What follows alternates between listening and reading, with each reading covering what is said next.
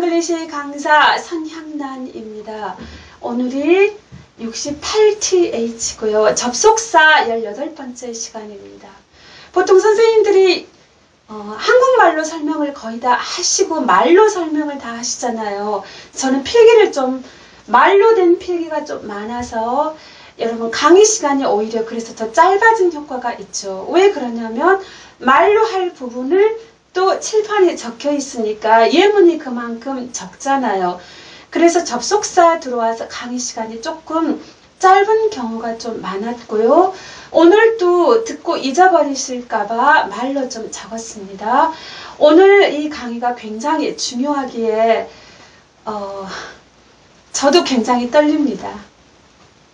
지난 시간부터 저희가 시간 조건의 부사절을 들어갔고요. 시간의 접속사 적었고 조건과 관련된 접속사 적어놨고 시간 조건의 부사절에서는요. 유명한 어떤 말이 문장이 있잖아요. 명제라고는 좀 말하기 그러고 왜 수학에서 명제는 참 거짓을 판별할 수 있는 문장 이렇게 말하니까 이거는 문장이라고 하지 명제는 아니죠. 어떤 말이 전설처럼 여러분 계속 오죠. 시간 조건의 부사절에서는 미래형을 쓰지 못한다. 시간 조건의 부사절에서는 다시 말해 현재형이 미래형을 대신한다. 이 문장이 반드시 등장하고요. 시제편과도 맞물려 있지만 마침 저희가 접속사고 이것 자체들이 다 접속사니까 여기서 하는 걸로 하겠습니다. 근데 그 이유를 저도 모른다고 했습니다. 왜 시간 조건의 부사절에서는 미래형을 안 쓰고 현재형을 쓸까? 저도 모릅니다. 원어민에게 물어봐도 모른다고 하더라고요. 그 사람들이 어떻게 알아요? 그 사람들도 그냥 관습적으로 자기들은 사용했기 때문이라고 말하죠. 그럼에도 불구하고 별에서 온 그대 도매니저처럼 저도 한번 300년, 400년 전으로 제가 한번 가보는 거죠. 눈을 감고 300년, 400년 전 영어 사용하는 쪽으로 가서 저도 영어를 사용해보는 거죠. 왜 그런가 하고 한번 피부로 느껴보기 위해서 한번 400년 전으로 한번 가봤다는 거죠. 그랬더니 그 말은요. 생각을 해봤더니 상상을 해봤더니 이 머리로 생각을 해봤더니 이러하지 않을까 하고 제가 설명을 적어놨습니다. 이유는 if와 when 때문이다. 자, 왜 if와 when 때문이라고 했는지 먼저 얘들의 쓰임을 한번 보자는 거죠. 보니까요. when if만 차례대로 when if 이렇게 봅니다. 얘들이 먼저 부사절일 때는 when은 뭐뭐 때에 앞으로의 일도 물론 지나간 일도 있죠. 뭐뭐 했을 때에 있으니까. 아니면 if는 조건, 뭐뭐라면이라는 조건. 얘네들은요. 이럴 때는요. 없애도 뒤에 주어 동사 문장 하나 있으니까 부사절. 근데 if와 when이 부사절만 있는 게 아니고 보통 다른 이런 시간 조건의 접속사들은요. 부사절만 있잖아요. 근데 얘들은 좀 역할이 더 있다는 거죠. when 같은 경우 명사절 있고 if도 명사절 있죠. 뜻이 when 원래는 의문문이었죠. 언제. 근데 얘네들이 주, 목, 보호의 자리로 들어가서 간접 의문문. 왜 어순은 우리가 주어동사 어순으로 평사문 어순으로 썼다고 하고 명사절로 여러 번 등장했다는 거죠. 또 if 같은 경우도 if도 타동사 뒤의 목적어 자리에 와서 뜻은 뭐뭐인지를 이렇게 하는 명사절이 있는 거죠. 그것만 있는 게 아니고 when 같은 경우는요. 시간을 나타내는 명사 뒤에 when절이 와서 그 앞에는 시간을 꾸며주는 너가 후회할 날이 올 것이다. 그러면 너가 후회할 그 말이 날 이렇게 수식하잖아요. 그런 것을 관계 부사라고 했고요.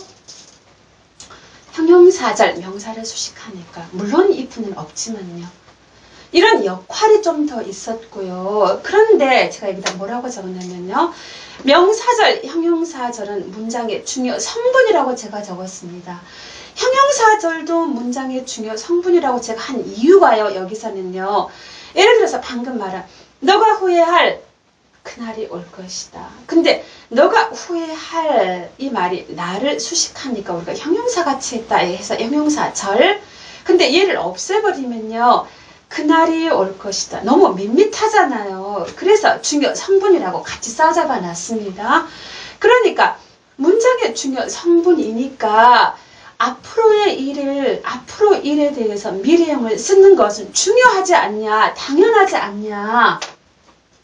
그렇다면 부사절은요, if와 when 요거 말하는 겁니다. 시간 조건 관련해서 부사절 얘네들은요 없애버려도 별로 문제가 안 될 거다. 왜? 부사절로 쓰일 때의 if, when 이 부분에 미래형을 굳이 쓰지 않고 현재형으로 써놔도 실제 이 부사절은 없애도요 진짜 주어절, 흔히 말하는 주어동사 이하가 또 하나 있는데 거기에는 앞으로의 이름이 동사 부분에 미래형으로 표현이 되어 있잖아요. 그러니까 if나 when 자리에 미래형 표현을 굳이 쓰지 않고 현재형을 써도 앞으로의 이름을 이해하는데 하나도 문제가 되지 않을 거라는 거죠. 제 말 여러분 공감이 되시죠? 블로그에 와서 댓글 좀 달아주시고요. 페이스북에서는요, 좋아요 좀 눌러주시고요. 이해가 되시면요, 그것을 다른 시간 조건과 관련된 이 많은 접속사들에게도 확대 적용을 해서 그 부사절에서는 미래형을 안 쓰고 현재형을 쓰는 걸로 그렇게 여러분 이해하시라는 거죠. 그러면 여러분 이거 공부하는데 머리 아프지 않고 여러분 어려움 없잖아요. 제 말 이해되시죠?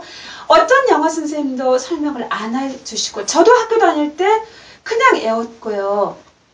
근데 영어 선생님 하면서 생각을 해봤더니 머리 아픈 거 아닙니다. 생각을 해봤더니 이렇게 이해하면 되겠구나 라고 생각이 미쳤다는 거죠. 여러분도 그렇게 이해하시면 좋겠고요. 그래서 한 번 더 적어놨습니다. when 말고 다른 것들은 다 부사절밖에 없습니다. 실제로도. 그리고 주어 will 원형 안 됩니다. 현재형 쓰라는 거. 그래도 얘네들 다 없애도 진짜 주어절 자리에 주어동사 그 부분에는 미래형이 나오니까 미래형음이라는 거, 미래의 이름을 하나도 이해하는데 어려움이 없을 거라는 것. 조건절도 마찬가지입니다. if 말고 다른 접속사 또 조건 관련된 거 있잖아요. 얘네들도 같이 주어 쓰고 will 원형 안 쓰고 가입표 현재형을 씁니다. 그럼에도 불구하고 얘네들에다가 현재형을 쓰고 얘네들을 싸그리 없애버려도 실제 뒤에 주어절, 주어 자리에는요 앞으로의 일이면 미래형이 등장하니까 이 전체 문장이 앞으로의 이름을 이해하는데 어려움이 없을 거라는 거죠. 이제부터는 예문으로 들어가서 짬뽕 막 섞여 있을 겁니다. 자, 예를 들어서 그가 집에 올 때에 아직 안 오잖아요. 그가 집에 올 때에 내가 너에게 알려줄게. 자, when he will come home 아닙니다. when it comes 현재형 썼습니다. when it comes home I will let you know. 미래형 여기다 써놨으니까 당연히 여러분 앞으로의 일일 것임을 오해하지 않는다는 거죠. 또 내일 비가 오면 아직 안 왔잖아. 안 닥쳤잖아요. 내일 비 오면 소풍을 취소할 거야. If it will rain tomorrow 아니죠. If it rains 현재형 썼죠. If it rains tomorrow. 그런데 I will cancel my picnic. will cancel 미래형 써놨죠. 앞으로의 일인 거 오해하지 않고 헷갈리지 않을 거라는 거죠.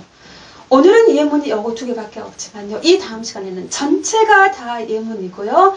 그와 관련한 걸 연습을 좀 하려고 합니다.